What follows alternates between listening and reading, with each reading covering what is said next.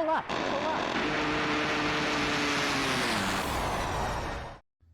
All right, so those of you who are familiar with Star Raiders are probably used to playing it on either something like this or more likely the Atari 8-bit series, like the 800, 400, 800 XL, 65XE, 65 or 130XE, one of which I have in the mail. I've never had one. I'm excited. So I've got a 130XE on the way so I can play this as it was meant to be played on the console. I'm sorry, the computer with the keyboard and stuff. So as I understand it, the Atari 8-bit line of computers, home computers, one of the OG PCs, had internal guts almost the same as this. This is an Atari 5200. If you can't tell, it's been disassembled because I'm trying to fix a problem and upgrade at the same time. I'm trying to make it output RCA, as you can see here, but that's not why you're here. So I haven't played this yet, which sucks. I really want to, but it only works for like 3 seconds before this overheats and game over. So when you play it on the Atari 5200, you'd have a controller like this, which I don't know. This isn't why you're here either, but this is a cool controller. Assuming, unfortunately, these break just sitting in the box, but if you look at it, it has an actual analog stick, which doesn't self-center, aside from having that little like stick shift boot around it that kind of pushes it back a little bit, but that's a major problem apparently if you're actually trying to play some games. It has a number pad, and check this out. Start, pause, and reset on the controller. So conceptually, this is like, and you got like 2 fire buttons on a side. This came out in 1982, if I remember correctly. So, 4 ports for joysticks. And you didn't come here to talk about an Atari 5200, but like, people seem to think of it as like this failure, and I guess commercially it was, but that's not the fault of the system. This thing was pretty badass. Had they refined this a little more and worked out the kinks and not used the flex circuit or whatever's inside, this thing would have been like revolutionary. If this was self-centering. Look, you got this, as far as I know, home consoles, I think, it wasn't the NES that was the first one that had start and pause, reset. That was the Atari 5200. It wasn't the N64 that had the first analog stick. It was this. It just didn't work very well. So this is a cool system. I really am looking forward to getting it working again. I got some upgrades going, and so that's not why you're here. You probably want to see Star Raiders. So we're gonna get to it. We're gonna get to this. Sort of. We're gonna get to the 8-bit version of it. Well, it's all 8-bit, but you're actually in Hangar 079 here because we're going to be starting on the Atari 2600, which I think was a port of the better version, kind of, what is it, downscaled, downgraded, or whatever, to be able to run on the Atari 2600. So, that's, I love, I have to say, I really love the old Atari like cover art and shit. Like, it's just so damn cool. Oh yeah, speaking of which, check out the cover art on the 5200 console cartridge. Just, I don't know. There's something about it. Just has a cool atmosphere. So, because the 2600 obviously has one button, and that's a limit to gameplay, they packaged it with this. This is a keypad with an insert on top. So this is like a plastic card. So it's got these like unmarked buttons on it. And you put this little flappy thing on top and you get some function out of it. And this has floor view. There's no F view. Computer on and off, shields on and off, galactic map, and hyperwarp. So why is there floor view? There's no F view. I don't know. Haven't had much of a chance to really play it. But yeah, back over here. You can see how this would have compensated for the lack of full keyboard on a PC. So, this, I don't know. I think I kind of have a soft spot for the 5200. It's like it should have been rad as hell. But marketing and the corporate stuff kind of hamstrung it, unfortunately. So anyway. Speaking of which, if you want to see any of these systems, check out VCR. Yeah, see, Atari This is how I'm recording with my foot. The 2600 goes to the VCR. The VCR goes to the tuner, and the tuner translates it to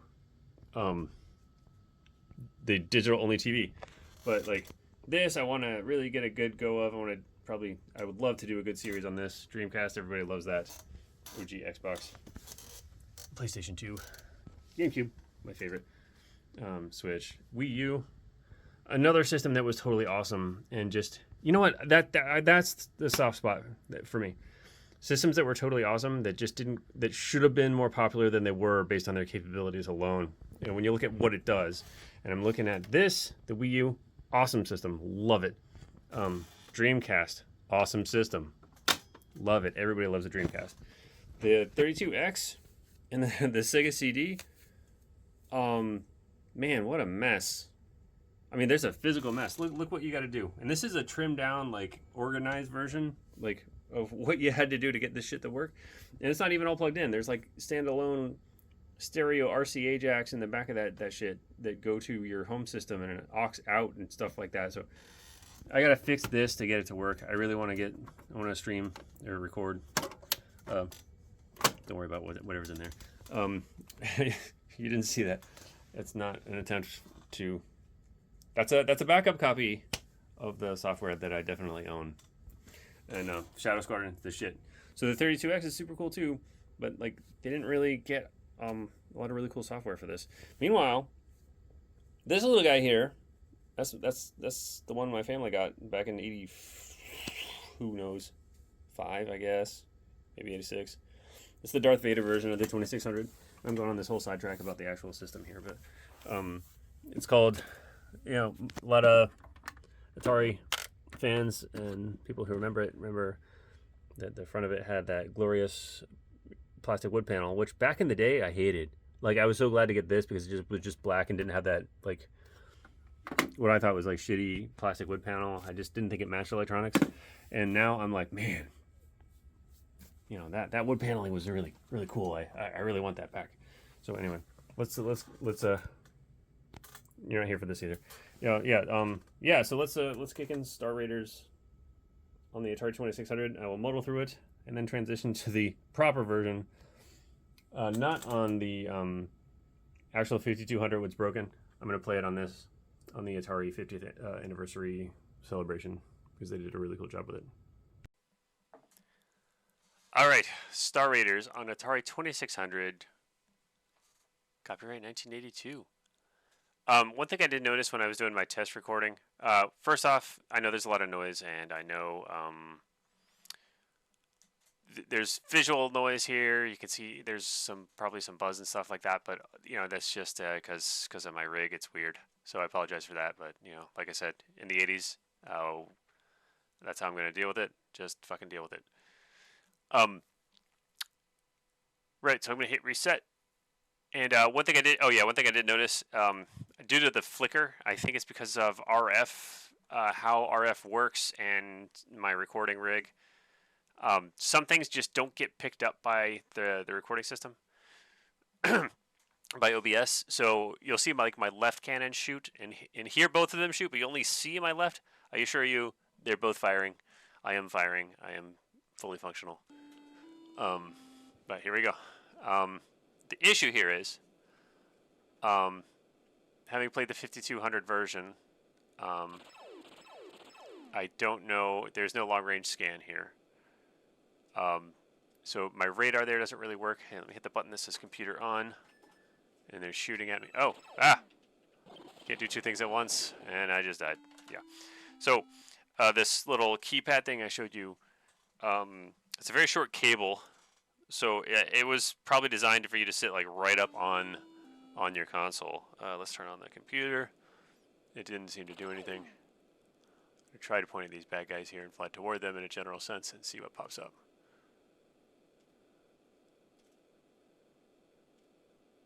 I don't know if you can see that, but yeah, there's two lifts on my radar, but you can only see one. That's that flicker, Oh, we found some asteroids. There's a bad guy, and I just died. Oh, you know why? My shields aren't on. Let's turn those things on. Shields on. You can tell when it goes a little bluish. There we go. Okay, so now I have a little bit of resiliency here. And let's find some bad guys and shoot them. Ah! Stupid rocks. Ah, there. There.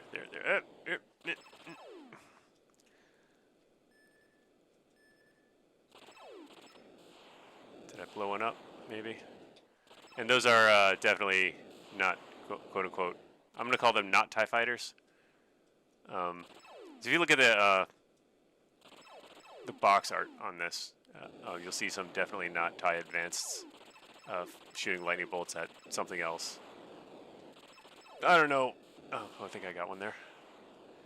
So the idea is, well, I'm just gonna. This is just kind of here for completion. So you can see what the what the 2600 version is like. I don't really have any intention of playing this fully. Let's see. Let's go to the Galaxy map. And let's move to the... Oh, I got blowed up so hard my screen went black. So, I think you saw enough. Oh, wait. Complete? What? Hyperjump complete? Forward view? I'm losing some video signal here. Yeah, it's just... See, this is not the best recording rig for the 2600. I may end up modifying it to output RCA like I'm working on with the 52. It's going a little better, I guess. But once we get to the full version, you're gonna see some serious shit. I'll talk about more once we get it going. And it is to my great shame. Well, not really, because I just never really had the chance. Nobody I knew owned this game, and my grandparents owned a 5200 back in the day. That's where I played. I just got blowed up. Oh, I'm a scout, so maybe I did win that round. Yeah, so I didn't have access to like an Atari 8-bit computer on a reliable basis. I saw a few of them in the wild. The 5200, my grandparents never had Star Raiders, so I didn't play this until, I don't know, a few months ago. And I definitely should have, because this is definitely what I have learned is this is the primordial soup, like the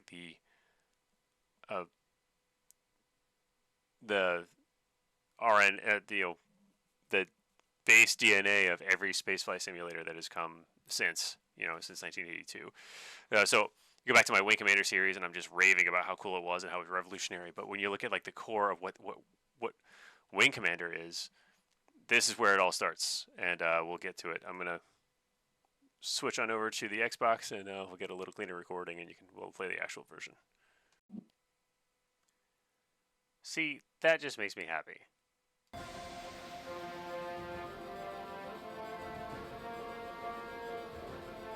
And this music they added for this celebration, like the bezel around the screen, like that shows like whether your shields are on, attack computer, all that stuff. I mean, it's not quite the original game, but they added some things, but it's definitely some quality of life stuff that is tastefully done and really helps the gameplay experience. They couldn't replicate the 5200 controller, so they've got like some commands with the right stick that duplicate what the keypad did. They just did a really good job.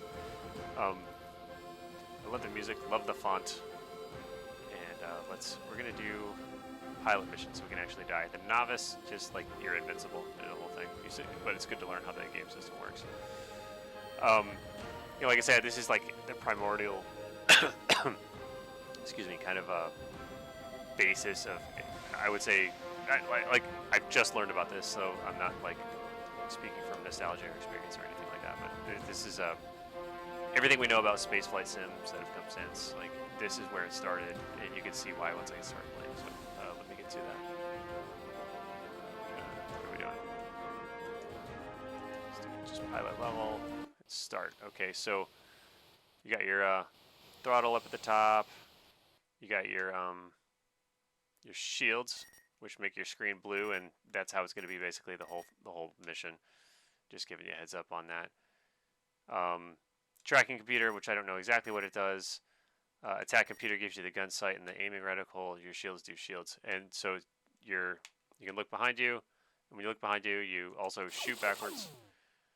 And this is your long range scan, kind of shows the space around you in a cool 3D rotatable thing, which I don't think anybody had done prior to this. I can say that about every aspect of this game. So here's our galactic map. Our job is to protect these asterisk star bases from the attacking Xylons. Definitely not Cylons. And if any of these enemy forces surround the base, they start taking shots at it, and then you start losing bases. So what we have to do is kind of RTS our way through square by square and intercept and destroy these targets before they destroy all our bases. Ah, see? And they move. See how they're doing that? So you can kind of make your plan, and then you hit the A button, you make your hyper jump. I'm going to put my shields on because you hit rocks and people start shooting at you right as you exit hyperspace. So long range scan. There's our first bad guy. You can shoot his shoots. Ow. Got him. Alright, where's the next one? Let's go with this dude over here.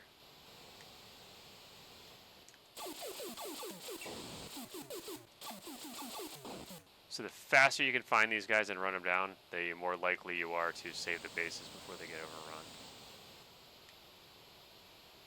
Alright, where are you, buddy? I know you're here somewhere.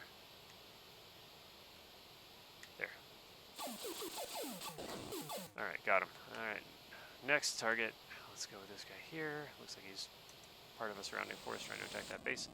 So as you get hit, you start losing systems too. So a lot of the things like I kind of took for granted in Wing Commander, like system damage, nav points,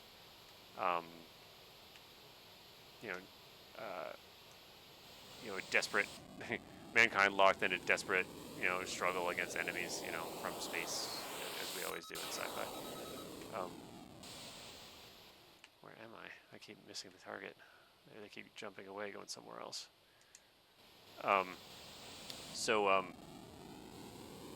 The lone starfighter, defending everything, which we got from Star Wars, I think. Let's see. Sorry, I can't really talk and think at the same time. It really shows when I start speaking. You can tell that I haven't really thought too much about it. There we go.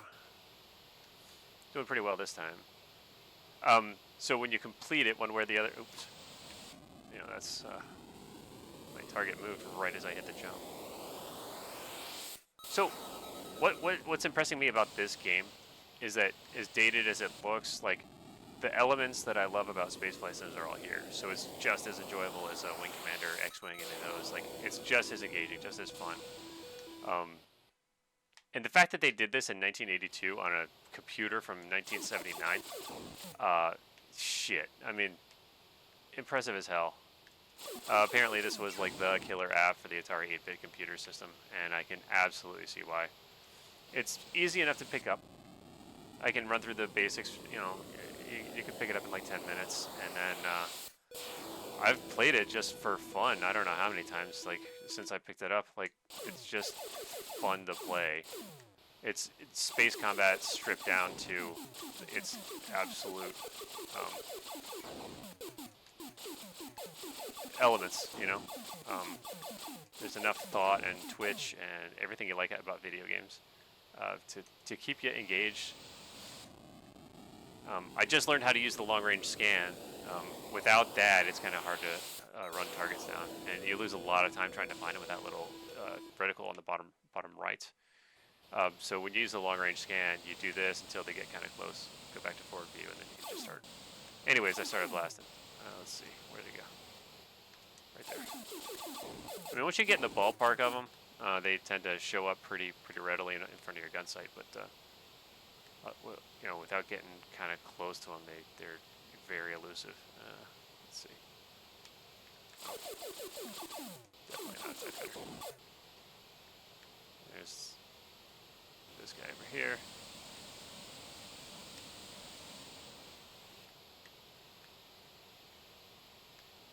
Oh, saw him buzz over. That one looks like a very fast, small Cylon base star from the OG series. Alright. I love the sound in this. I mean, you're in 3D space. You've got space navigation. You've got like kind of like the primordial open world kind of. As basic as it is, it's just a star field. But like being able to pick where you want to go and go there, I don't know that it had been done prior to this.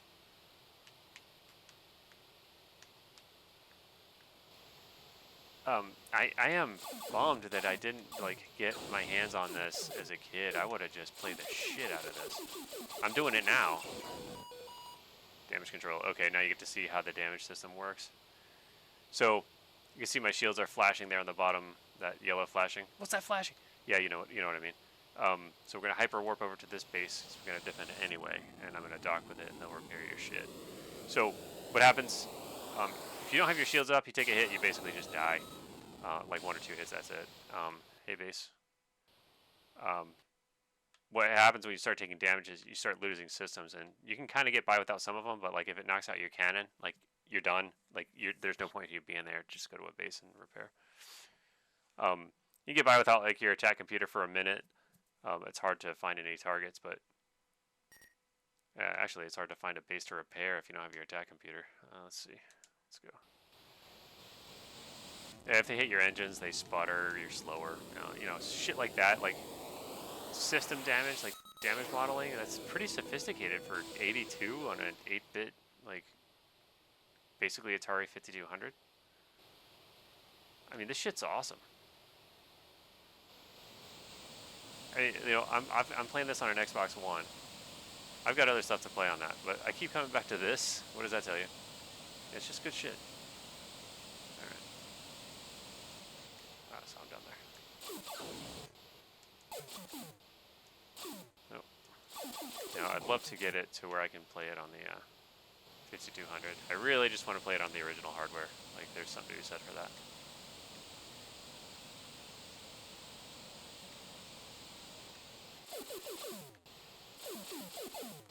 Oh, some other gameplay mechanics here.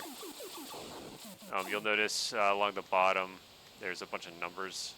There's a coordinate system for your navigation, so there's that. K is kills, so like how many Xylons you've blown up, it'll show you there. V is your velocity, so that's your speed.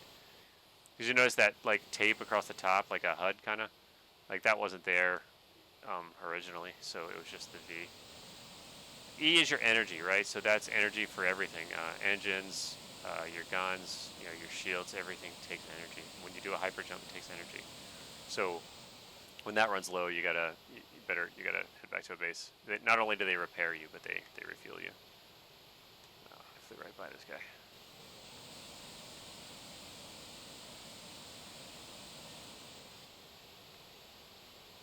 Where you at, Beach? There you are. Oh. Damage control, subspace, radio damage. Now that, I don't know what it does. We could probably get by without it.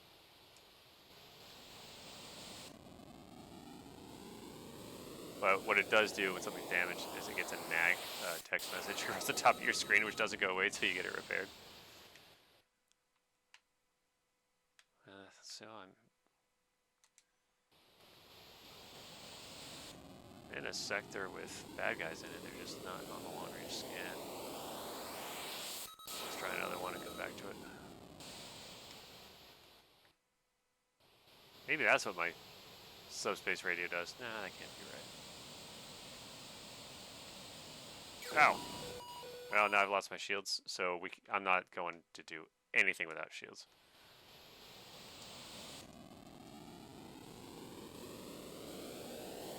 In each system has 2 states, or 3 states. It's like fully functional, damaged, and destroyed. Like if it's damaged, they kind of work halfway. And if it's destroyed, obviously, I mean, you know what destroyed means, right? I'm sorry. All right, there's the base. Where are you? Close by. There we go. So time is ticking this whole time, because while you're doing all this piddly shit, the bad guys are on the move surrounding your bases. So you really got to kind of like work through the targets quickly.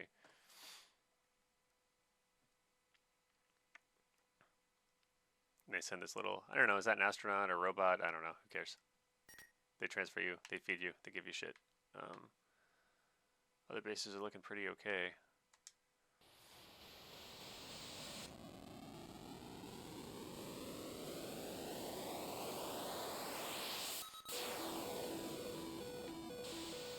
Aha, there you are. Let's go, buddy. Right, and this guy was over this way, was he?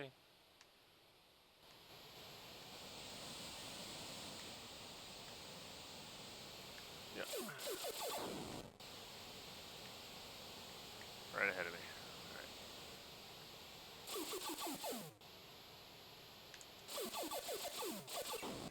Alright, not bad, not bad. Doing pretty well on this mission, I gotta say. It did take me, I don't know, 3 or 4 to kind of figure out how everything worked. I didn't read the instructions or anything like that, I just kind of like winged it. I winged it, wung it, whatever. Alright, long-range scan. And sometimes, I think it might be me doing this. I see how the cross, the your nav point cross there kind of like bounces around. Like I do have to fight a little bit to keep it inside of the center of this gun sight. I gotta wonder, like when I end up off course, is it because I wasn't pointing in the right, well, you know, not handling it correctly? Or is there just some randomness in hyper jumps here? Red alert, okay. So we've got our bad guys. Let's go blow them up.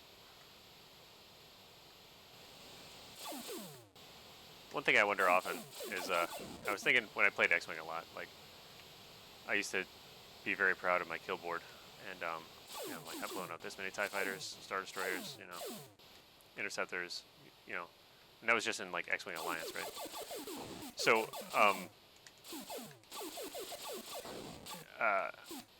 it got me thinking, over the years, how many TIE Fighters have I blown up? How many virtual TIE Fighters? I'm not counting these because they're, you know, there's no Star Wars license here. But,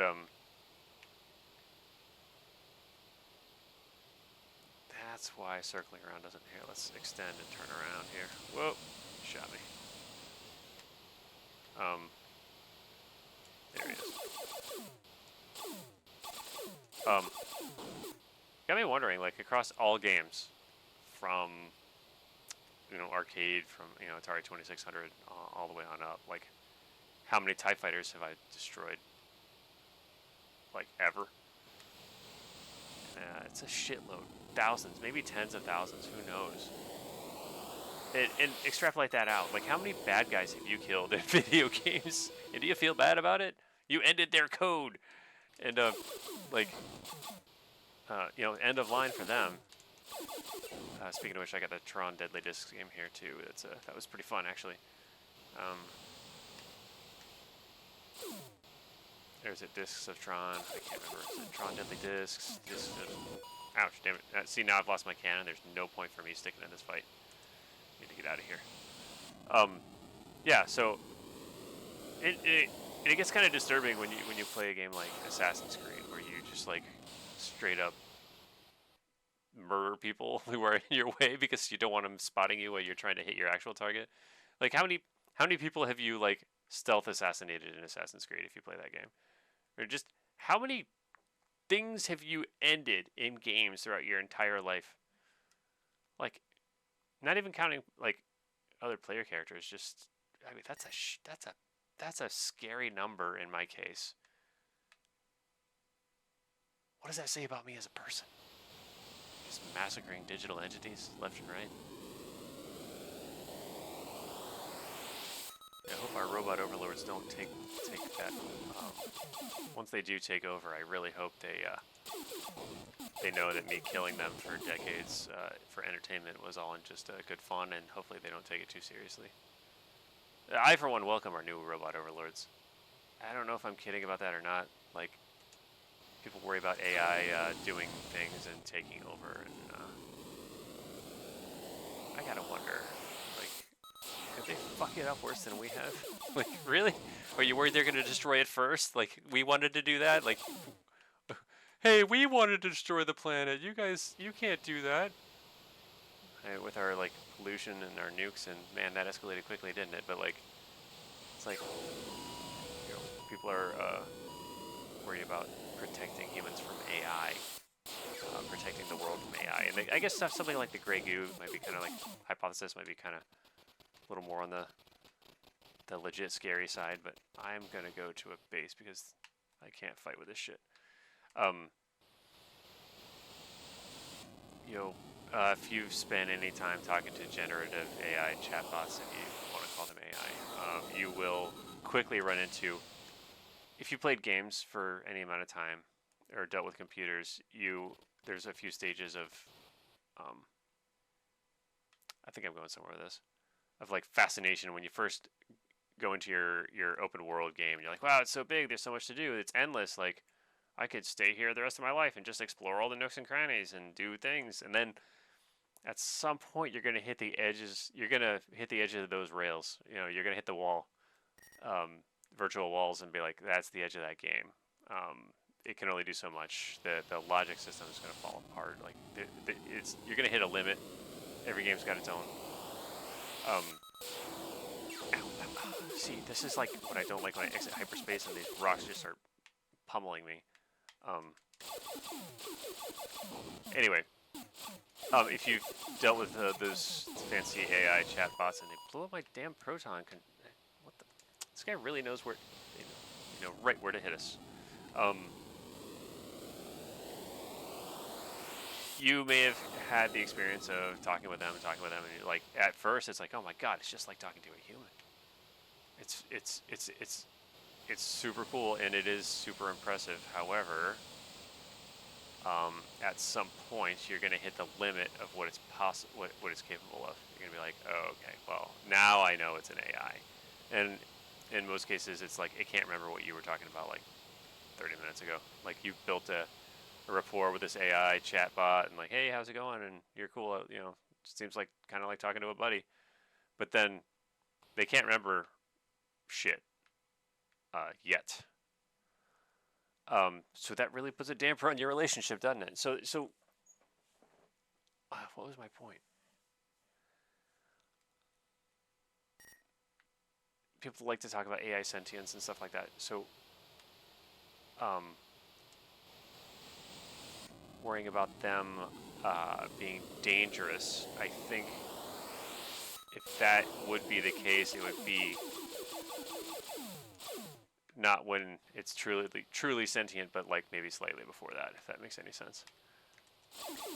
When they have those walls and they aren't really aware of it, and like they can't quite figure out nuances and stuff like that, they can't quite follow things. Ah, man, it's really kicking my ass. That would be when it's more dangerous than when it's like partially developed, I think. I'm going to repair that cannon too, because let's do it over here, a little closer to the base we got to defend. Man, these stupid rocks. Man, I feel like a Starfleet officer. These rocks are a serious danger to my health. But like once it gets sufficiently advanced, I don't think it would be as dangerous as when it is like not aware that it has those walls. I'm going to call them walls or rails or whatever.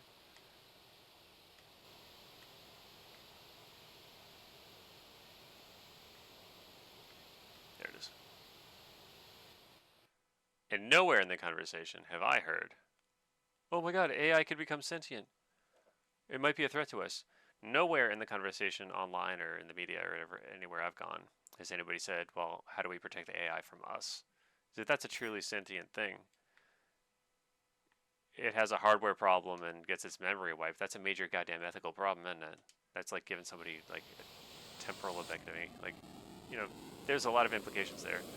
You shut down an AI and it's sentient. How is that different from murder? Like,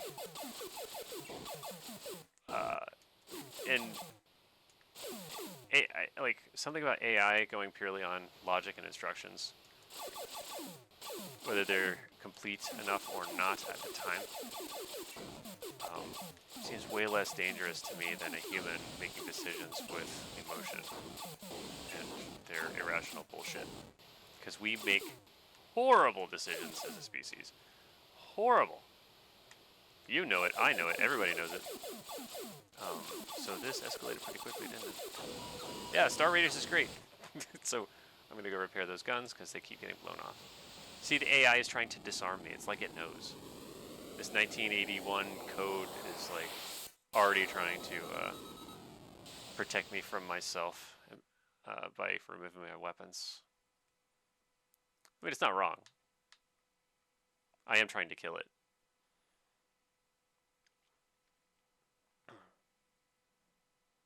Yeah, so I end up talking about some serious shit on these while I'm playing these games. And yeah, I almost apologize, but like, you know what? Fucking deal with it. If you don't like it, there's plenty of other channels to choose from, I guess. Ah!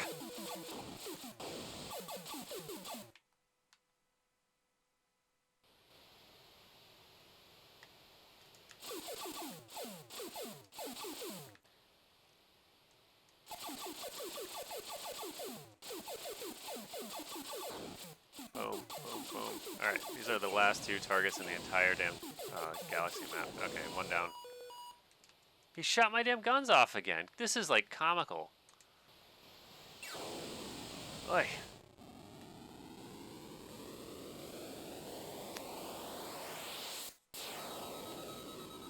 One thing I don't know is what is that T in the bottom right? I don't know what that is.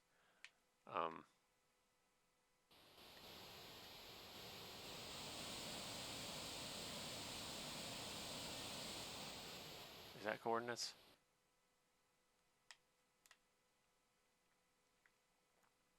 Targets? How many targets are left? Yeah, that's gotta be it.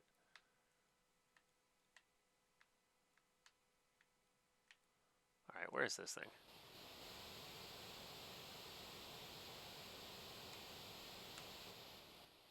Right there. Load up on guns. Bring your friends.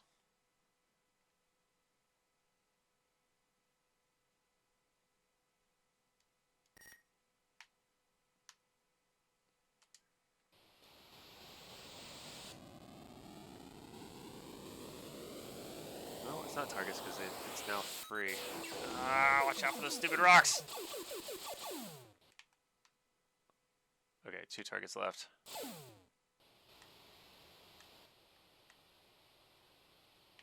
Yeah, that's the one thing about this game I would like change is like getting pounded by rocks, asteroids as you exit hyperspace. Like that really kind of sucks. But hey, you know, as we did in the 80s, fucking deal with it.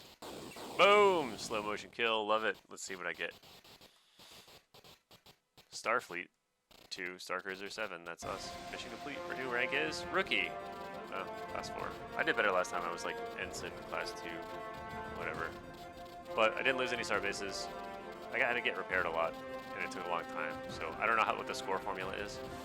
But anyway, thanks for sticking with us, with me here.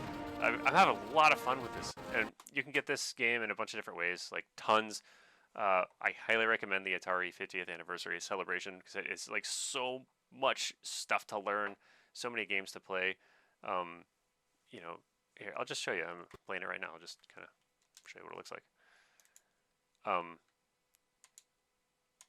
Tons of stuff. I haven't even unlocked all the games yet, but like, so it starts here. There's my there's the good old 5200, Birth of the Consoles at 26. So it goes through the whole history of like Atari all the way up through the 90s. Yeah, that's right. They were doing shit in the 90s. Most of us probably don't remember that, but there was the Lynx. Yes, they were still releasing. Check that out. Fatal Run, Atari 2600 came out in like it came out in the 90s. So they stopped making 2600 in 1990, 91, something like that. Yeah, this came out in 1990.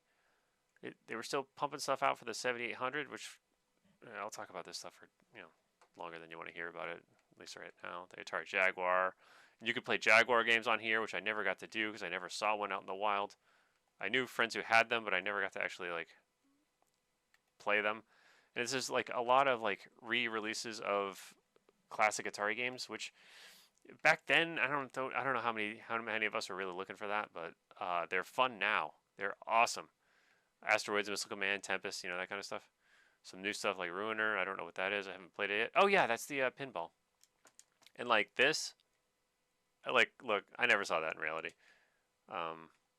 It talks about like unreleased stuff, like this Atari Jaguar like VR headset, like and that I would love to have one of those.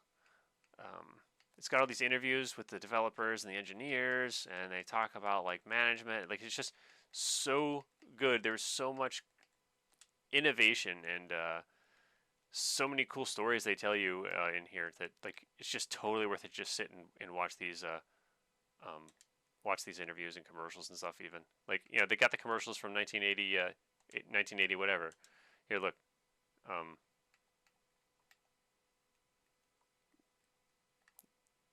there's a commercial there. So 2 minutes of time, you could watch that. They talk about porting stuff from the arcade. Hey, I just showed you that. Mine's a little different, but that's the same thing. Um, porting arcade stuff to like the 2600, like a really apparently hard thing to code for. So all these games, you can look at Hey, happy Halloween, by the way. Um, you can look at the box art, flip it around, like the publications that came with something like Sword Quest. Here, let's see if we can find that. Which apparently was super cool. It reminds me of like Ready Player One, where they had like this egg hunt. And where is that game? So it came with like this comic book, and I'm going way off track of Star Raiders here, but yeah, Sword Quest Earthworld. This was supposed to be a 4-part series. They only published 3 before things went to shit. But watch this. This is cool. And it came with a comic by DC because Atari was owned by Warner at the time. So they put a no shit DC comic book pack in, and you use the comic to there were clues in the comic to tell you what to do in the game, right? And this is what's the guy's name? The famous the comic artist. Damn, you know the guy that did if it was a DC comic in the 80s, it was probably him. Damn,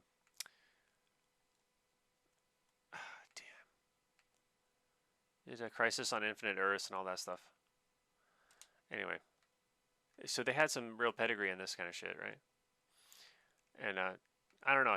And look, Quad Run, fun as hell, but it wasn't released. I guess too much. It was mail order Atari Club limited quantities. If you have that cartridge, go on eBay, see how much it's worth. It talks about the crash and the ET cartridges buried in the desert. Like if you're a gamer, which if you're watching this far, like I just assume as much. That game is fun too. It's like Gauntlet. Like there's all this stuff. Like this is a whole mix of like shit that I just loved as a kid and like loved playing.